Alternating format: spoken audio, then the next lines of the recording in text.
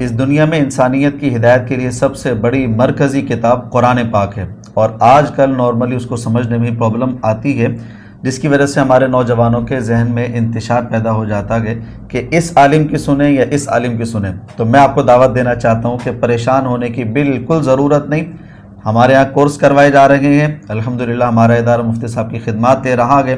آئیے کلاس کو جوائن کیجئے، صرف 1 مہینہ 2 مہینہ کلاس کو اٹینڈ کر کے دیکھیے، آپ کے اندر خود تبدیلی محسوس ہوگی جب آپ اصول تفسیر پڑھیں گے اور اصول حدیث پڑھیں گے، جب محققین علماء کرام کو پڑھیں گے کہ وہ قرآن کی تفسیر کس انداز سے کرتے ہیں۔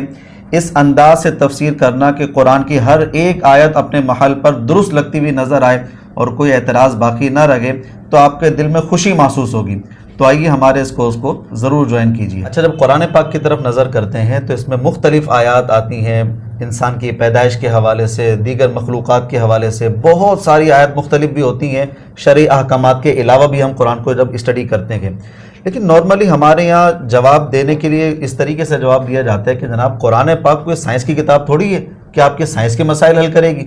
اسی طریقے سے دیگر علوم کے حوالے سے بھی، چونکہ غالباً ہمارے اس طبقے میں اس حوالے سے کہ وہ میڈیکل پر کلام کر رہی ہے، سائنس پر کلام کر رہا ہے قرآن پاک، زولوجی ہے، بایولوجی ہے، اس طریقے سے کلام کر رہا ہے قرآن پاک، تو ہمارے یہاں توجہ نہیں ہوتی، درس نظامی کے طالب علم کی بھی توجہ نہیں جاتی، کیونکہ نارملی ہمارے یہاں بس اتنا ہی ہوتا ہے کہ جناب قرآن پاک ہمیں سکھاتا ہے اللہ کی عبادت کرو، نماز پڑھو، روزہ رکھو، حج کرو، زکوٰۃ ادا کرو، بس اتنا کافی ہے۔ بلکہ اس کے علاوہ جتنے بھی دنیاوی علوم ہیں جس پر ایک بہت مہارت ہونی چاہیے، اور قرآن کی جب ہم آیتوں کو پڑھتے ہیں تو اس میں یہ آیتیں ملتی بھی ہیں، تو اس پر بھی یہ جملہ آتا ہے کہ نہیں جناب قرآن کوئی سائنس کی کتاب نہیں ہے، لہذا قرآن پاک نے اگر سائنس کی اس بات کا جواب نہیں دیا یا اس مسئلے کو ڈسکس نہیں کیا تو کوئی مسئلہ نہیں ہے، وہ کون سا قرآن جو ہے نا سائنس کی کتاب ہے۔ تو یہ جملہ درست ہے سر؟ یہ جملہ کس پیرائے میں کون سا جملہ بولا جا رہا ہے یہ معنی رکھتا ہے۔ قرآن سائنس کی کتاب نہیں ہے، یہ جملہ ٹھیک بھی ہے، یہ جملہ ہم بولیں گے ٹھیک نہیں بھی ہے۔ اچھا دیکھو، سائنس کیا ہے؟ ایک ایسا فن ہے جو تجربات اور مشاہدات کے بعد ایک نتائج دیتا ہے اپنے۔ اچھا، اور کوئی بھی علم جس کا مدار، جس کی بنیاد وہ تجربات ہوں اور مشاہدات ہوں، تو تجربات کی جو راہ ہوتی ہے وہ زن سے شروع ہوتی ہے۔ صحیح، وہ زن سے شروع ہوگی، اس میں ٹھوکریں کھائے گا، ایک سفر ہے جس کے بعد جا کر شاید کبھی حتمی نتیجے کے اوپر پہنچیں، کبھی حتمی نتیجے پر نہیں بھی پہنچتے ہیں، ٹھیک ہے۔ اور بہت سی چیزیں جو مشاہدات پر مبنی ہوتی ہیں اس کے اوپر بالکل قطعیات حاصل بھی ہو جاتی ہیں، لیکن یہ بھی ضروری نہیں کہ ہر مشاہدہ قطعی علم دے، یہ بھی ضروری نہیں ہوتا، کیونکہ آفاق کے اندر بہت سے مشاہدات ایسے ہیں جو آج کا مشاہدہ کل کو جا کر میں اس میں تھوڑی تبدیلی ہوتی ہے، یعنی جس طرح ہم دیکھ رہے تھے ویسا ایکچولی نہیں تھا، یہ بھی ہوتا ہے۔ تو سائنس جو ہے، اس کو پہلے سمجھ لیجئے گا کہ سائنس جب تجربات سے کسی نتیجے کو نکالتی ہے تو تجربات کا سفر ایک زن سے شروع ہوتا ہے، اور یہ ایک لمبا سفر ہوتا ہے جو کبھی قطعیت کو حاصل کر بھی لیتا ہے اور کبھی حاصل نہیں بھی کرتا۔ ٹھیک ہو گیا؟ قرآن پاک اللہ کا کلام، اور اللہ کا کلام اپنے آپ کو ثابت کرنے کے لیے محتاج نہیں ہے کہ ہم اس کو کسی غیر طریقے سے ثابت کریں کہ اللہ کا کلام، یہ خود دلالت کرتا ہے کہ اللہ کا کلام ہے، انسان کا کلام نہیں ہے۔ یہ اپنا کلام ہونے کے لیے بہت سی آیات بیان کرتا ہے، بہت سی نشانیاں بیان کرتا ہے، جو نشانیاں ہر دور کے حساب سے ریلیونٹ ہوتی ہیں۔ آج اگر سائنسی دور ہے تو وہ آیات یا وہ نشانیاں آج کے دور میں بھی بہت معنی خیز ہو جاتی ہیں، مجبور کر دیتی ہیں انسان کو ماننے کے لیے کہ یار یہ کسی انسان کی بات نہیں ہو سکتی۔ لیکن تھوڑا فرق ہے کہ انسان کا سفر زن سے شروع ہو کر قطعیت کو کبھی حاصل کرتا ہے، کبھی نہیں کرتا، لیکن رب کا کلام ہونے کے ناطے قرآن جب بھی کلام کرے گا بطور آیت کے تو وہ قطعی جہت کے اندر ہی نتیجہ بیان کرے گا۔ ایسا ہی ہے، صحیح۔ تو یہ ایک بنیادی فرق آ جاتا ہے۔ لہٰذا بہت دفعہ ایسا ہوتا ہے کہ سائنسی علوم میں جو تجربات ابھی چل رہے ہیں، جو زن کا سفر ابھی چل رہا ہے، اس کے اندر ایسے نتائج آپ کے سامنے آتے ہیں کہ قرآن بالکل الگ بات کر رہا ہوتا ہے۔ قرآن ایک بات کرے گا قطعی درجے کے اوپر، خلاص، صحیح، لیکن سائنس جو دھکے کھا رہی ہے یہ آہستہ آہستہ جب قطعیت پر پہنچے گی، یہ ممکن ہی نہیں ہے یہ قرآن کا قطعی اور یہ سائنس کا قطعی کبھی متعارض ہو جائے، یہ ایسا ہو ہی نہیں سکتا، صحیح، کہ قرآن حقائق کے خلاف بات کرے، ایسا نہیں ہو سکتا۔ اچھا، دوسری چیز اس جملے کے اندر اس کا احتیاط ہمیں کرنی ہے کہ یہ ہماری بنائی ایک فن ہے، اور اس کی جو اصطلاحات ہیں وہ بھی ہماری بنائی ہوئی ہیں۔ قرآن پاک ان اصطلاحات کے اوپر گفتگو نہیں کرتا.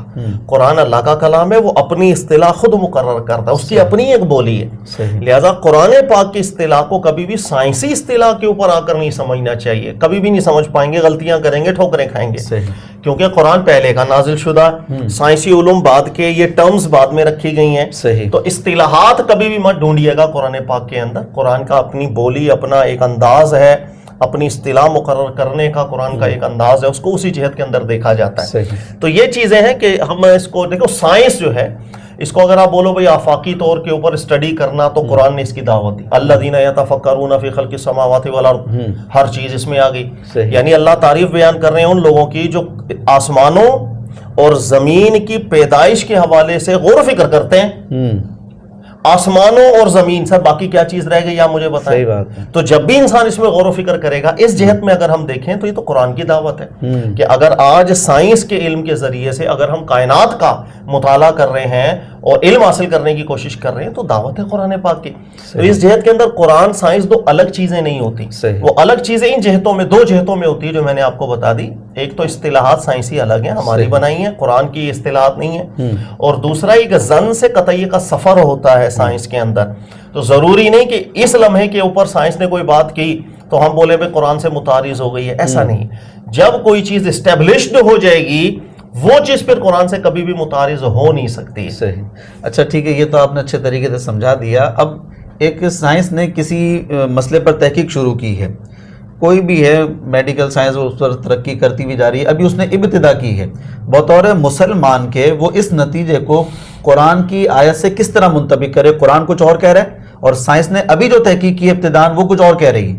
تو بطور مسلمان کیا کرنا چاہیے؟ نہیں, دیکھو امتحان تو ہر دور میں چلتا ہے. اللہ کے رسول پاک علیہ الصلوۃ والسلام کے مبارک زمانے میں جس وقت نبی اور رسول تشریف فرمائے, بارہا اللہ تعالیٰ نے امتحان لیا, کھرے کھوٹوں کو جدا کیا. بار بار اللہ نے کہا کہ تم یہ نہیں سمجھنا کہ صرف ایمان لے کر آگے ہو. ام حسب الناس ان یترکوا ان یقولوا آمنا وهم لا یفتنون. اللہ نے فرمایا بس تم یہ سمجھتے ہو کہ منہ سے بولا آمنا, ہم ایمان لائے, بس ختم, کامیابی ہو. نہیں, امتحان لیے جاتے. ہر دور میں امتحان آتے ہیں. آج کے دور میں ایسے بہت سے امتحانات آتے ہیں کہ قرآن پاک کی ایک آیت ہمارے سامنے آتی ہے, وہ بظاہر مفہوم کچھ اور بیان کر رہی ہے, اس کے مقابلے میں سائنسی تحقیق ہمارے سامنے آتی ہے, وہ الگ بات کر رہی ہے. ایک امتحان پڑ جاتا ہے ایک مسلمان کے اوپر کہ بھائی وہ اس کو رب کے کلام کو شک میں پڑ جائے, یا وہ پھر غور سے دیکھے, یا پھر وہ استدلال کرے کہ کیا استدلال کرنا چاہ رہا. میں اس کی چند مثالیں آپ کو دیتا ہوں, آپ کو انشاءاللہ سمجھ میں بھی آئے گا, مزہ بھی آئے گا. دیکھیے گا جہاں قرآن بالکل واضح کھڑا ہو جائے اور نتیجے کو اتنے واضح الفاظ میں بیان کرے جس میں تعویل کی گنجائشی باقی نہ ہو. مثال طور پر اللہ بیان کرتے ہیں وَالشَّمْسُ تَجْرِی, اللہ فرماتے ہیں سورج جو ہے وہ چل رہا ہے. آگے پوری آیت ہے. تو سورج کے متحرک ہونے کی طرف قرآن پاک نے ایک نشانی بیان کی جس کو ہم مشاہدہ بھی کر سکتے ہیں, اور اللہ تعالیٰ نے بڑے آسان الفاظ میں اس کو بیان بھی کیا ہے. لیکن اگر آپ آج ہم جس صدی میں ہیں اس سے پیچھے 2-3 صدیاں چلے جائیں, تو سائنس نے جب آگے نئے سے نیا اپنا ایک نظریہ بیان کیا, تو ان کا نظریہ سورج کے حوالے سے ہمیشہ یہ رہا کہ یہ ساکن ہے. سورج کے اندر کسی بھی طرح کا تحرک نہیں ہے, حرکت نہیں ہے. بلکہ سورج کے, اس کو سورج سمجھیے گا, اس کے آگے پیچھے جو سیارے ہیں یہ متحرک ہیں, لیکن سورج متحرک نہیں ہے. اب یہ جو پیچھے کئی صدیاں گزری ہیں, یہ مسلمانوں پر ایک بہت کڑا امتحان بن کر بھی نازل ہوئی تھی. یہ وہ جو وقت تھا یہ سائنسی تحقیق. اس کی وجہ یہ ہے کہ اگر آپ علماء کے رسائل پڑھیں اس دور کے اندر, تو وہ واضح طور پر فرماتے تھے کہ سائنس ابھی دھکے کھا رہی ہے, یہ ابھی ایک سفر ہے, ان کو کرنے دو, لیکن جب یہ قطعی نتیجے پر پہنچیں گے پھر دیکھ لیجئے گا قرآن سے کبھی بھی متعارض نتیجہ نہیں ہوگا. لیکن ایک مسلمان ہونے کے ناطے یہ اللہ کا کلام ہے, اور اللہ نے جو بات کی وہ تجربات سے گزر کے نہیں جاتی, وہ تو قطعی درجے کے اوپر بات ہے. تو جو اللہ نے بات کی ایٹ دا اینڈ وہی ہوگا, صبر کر لے. لہذا مسلمانوں نے تو اپنا ایمان مضبوط رکھا. اگر کسی کا ایمان ہی کمزور ہو, وہ پگھل گیا ہو, پھسل گیا ہو, اس کی مرضی. لیکن ہوا یہ کہ آہستہ آہستہ جب یہ معاملہ قطعیت تک پہنچا تو نتیجہ یہی بنا کہ سورج بھی متحرک ہے, سورج ساکن بالکل نہیں. اور یہ چیز اب اسٹیبلشڈ ہو چکی ہے. یعنی اس کو ہم سائنسی اصطلاح میں کہہ سکتے ہیں کہ ہم قطعیت تک پہنچ چکے ہیں کہ سورج کا بھی ایک تحرک ہے, ایک حرکت ہے, ایک اپنی چلنے کی چال ہے. تو یہ چیز ہوتی ہے. مسلمانوں پر بھی کئی دفعہ امتحان آتے ہیں ایسی صورتیں. اس کی اور بھی کئی مثالیں, جیسے ایک اور کہہ رہے ہیں, میں مثال آپ کو سمجھا دیتا ہوں. دیکھیے گا رسول اللہ صلی اللہ علیہ وسلم سے زمانہ مبارک سے پہلے اور بعد میں ایک گروہ رہا ہے الہاد، جو خدا کا انکار کرتا ہے، یعنی اس کے نزدیک بنانے والا کوئی نہیں، کائنات ہمیشہ سے ہمیشہ رہے گی. اچھا. اور اس کے مقابلے کے اندر جو مومنین ہیں، ایمان والے اللہ کے نبیوں کی دعوت ہے وہ یہ تھی کہ کائنات ایک نقطہ آغاز رکھتی ہے، اور ہر وہ چیز جس کا آغاز ہوتا ہے یعنی عدم سے وجود ہوتا ہے، ٹھیک ہے، تو اس کے لیے ظاہر ہے خود بخود تو کوئی نہ ہونے سے ہونا ہو نہیں سکتا. صحیح. اس کے لیے آپ کو ایک علت چاہیے ہے، ایک سبب چاہیے، اور اس سبب کے بغیر وجود ممکن نہیں ہوتا. صحیح. اچھا، یہاں غور طلب بات یہ ہے کہ الہاد جو ہے یہ اپنے اندر دلیل صرف ایک ہی رکھتا تھا کہ کائنات ہمیشہ سے اس کا کوئی نقطہ آغاز نہیں ہے، اور جب کسی چیز کا کوئی نقطہ آغاز ہے ہی نہیں تو بنانے والا کہاں سے آیا؟ یعنی الہاد کا مقدمہ ہی ایکچولی یہ تھا کہ کائنات ہے، اس کا کوئی آغاز نہیں ہے. صحیح. تو اب دیکھیے اللہ رب العزت نے کائنات کے آغاز کے لیے ایک دلیل دی، اور وہ دلیل جو ہے بڑی زبردست ہے، اور آج کل تو بہت ریلیونٹ ہے آج کے علوم. اللہ نے بیان کیا میں نے اس کائنات کو پیدا کیا وَإِنَّا لَهُ لَمُوسِعُونَ، اور ہم اس میں وسعت بھی کرتے چلے جا رہے ہیں. اچھا، اب غور کیجیے گا، جس چیز میں وسعت ہوتی چلی جا رہی ہے، یعنی ایک دو چیزیں آج اتنے فاصلے پر ہیں، کل اتنے فاصلے پر ہوں، پھر اتنے فاصلے پر ہوں، بڑھتا جا رہا ہے. جب آپ کو اس فاصلے کی ایکویشن پتہ چل گئی تو اب آپ اس کو اگر ریورس کر دیں گے تو کیا ہوگا؟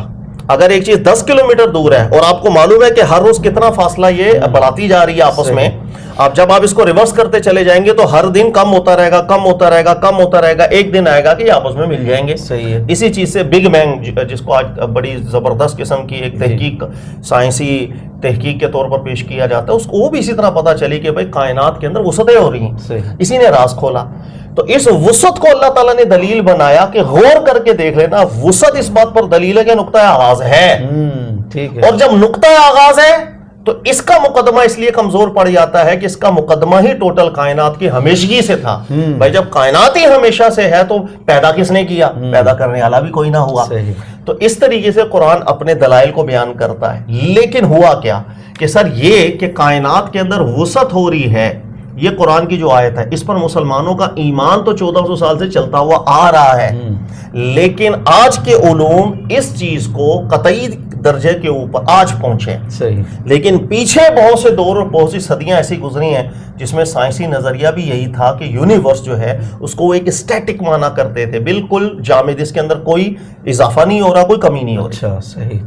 اب جتنے دور ماضی میں یہ گزرے ہیں مسلمانوں پر ایک گنا امتحان بن کر بھی تھے، کہ ان کا امتحان تھا کہ سائنسی تحقیق آپ کے سامنے یہ بیان کر رہی ہے کہ کائنات ساکن ہے، لیکن قرآن واضح نص بیان کر رہا ہے کہ اس میں وسعت ہو رہی ہے. صحیح. تو مومن جو ہوتا ہے اس کا ایمان متزلزل نہیں ہوتا، بلکہ ہر وہ چیز جس کے اندر ماضی میں اگر آپ کو اعتراض لگ رہا ہو کہ سائنس کا قرآن سے کوئی کلیش ہے، سر جب وہ کسی اسٹیبلشڈ نتیجے پر سائنس پہنچی ہے وہ کبھی بھی قرآن سے کلیش ہو ہی نہیں سکتی.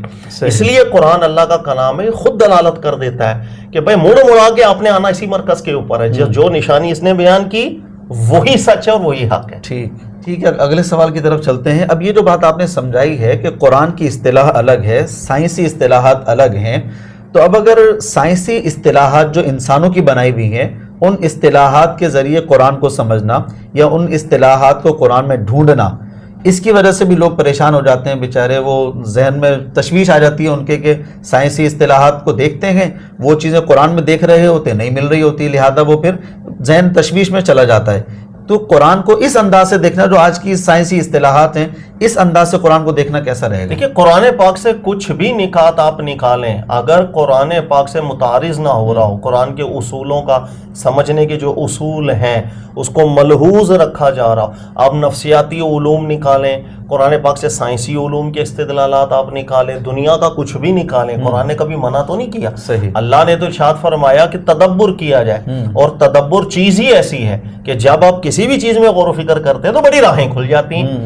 اور خاص طور پر انسان خود جس طرح کا اس کا دماغ ہوتا ہے وہ اس ٹائپ کی چیزیں زیادہ ڈھونڈ لیتا ہے. مثال کے طور پر ایک شخص ہے، اس کا ایک فیلڈ ہے، ٹھیک ہے، مثلا وہ لوہار ہے، اس کا تعلق لوہے کے کام کے ساتھ، آپ دیکھیں وہ ہر چیز کے اندر کہیں نہ کہیں وہ لوہے کو ہی دیکھ رہا ہوتا ہے اسی نظر سے ہی. تو قرآن چونکہ ہر ایک کے لیے ہے، ہدایت کے لیے یہ کتاب ہے، تدبر کی اس کے اندر اللہ نے حکم دیا ہے، تو ہر انسان جو اس کے پاس جتنا علم ہے اس کی اپنی فیلڈ کا جب وہ تدبر کرے گا کہیں نہ کہیں وہ نکات اپنی فیلڈ کے نکال نکالے گا، صحیح، اس پہ آپ پابندی نہیں لگا سکتے، صحیح، صرف خیال اس چیز کا ہم نے کرنا ہے کہ قرآن اصلاً ہدایت کی کتاب ہے، یہ آپ کی دنیا اور آخرت سنوارنے کے لیے آئی ہے، دنیا اس انداز کے اندر کہ یہ جنت نما بن جائے، اگر دنیا کو جنت نما آپ نے بنا دیا تو وہ جنت کے حقدار آپ ہو جائیں گے، صحیح، دنیا میں فساد سے آپ کو نفرت دلانے کے لیے یہ کتاب ہے، صحیح، انصاف قائم کرنے کے لیے یہ کتاب ہے، صحیح، کسی بھی طریقہ کار سے گھریلو زندگی ہو یا معاشرتی زندگی ہو ایسی بہترین ہو جس کو دیکھ کر کے انسان یہی بولے کہ یار یہ جنت نمائی معاشرہ ہو چکا ہے، صحیح، تو اس پر کھڑا کرنے کے لیے آپ کو جسے کہتے ہیں حکمت پر معاشرے کو کھڑا کرنا، یہ اس کا اصل مقصد ہے، صحیح، مقصد سے کبھی نہیں ہٹنا چاہیے۔ باقی آپ کوئی بھی نکات آپ نکالیں قرآن پاک سے، سائنسی نکلتا ہے، کسی اور حوالے سے نکلتا ہے، نکالیں، اس میں کوئی پابندی نہیں ہے۔ ٹھیک ہے سر، اب اس پروگرام کو یہیں پر روکتے ہیں، ٹائم بھی مکمل ہو چکا ہے، اور بھی جو سائنسی سوالات ہیں، اعتراضات ہیں، ان کو بھی میں جمع کر رہا ہوں، تو وہ بھی آپ کے سامنے رکھوں گا، پھر انشاءاللہ ان سوالات کے جوابات اور اعتراضات ناظرین کے آپ کے سامنے رکھنے اور آپ سے جوابات لینے ہیں۔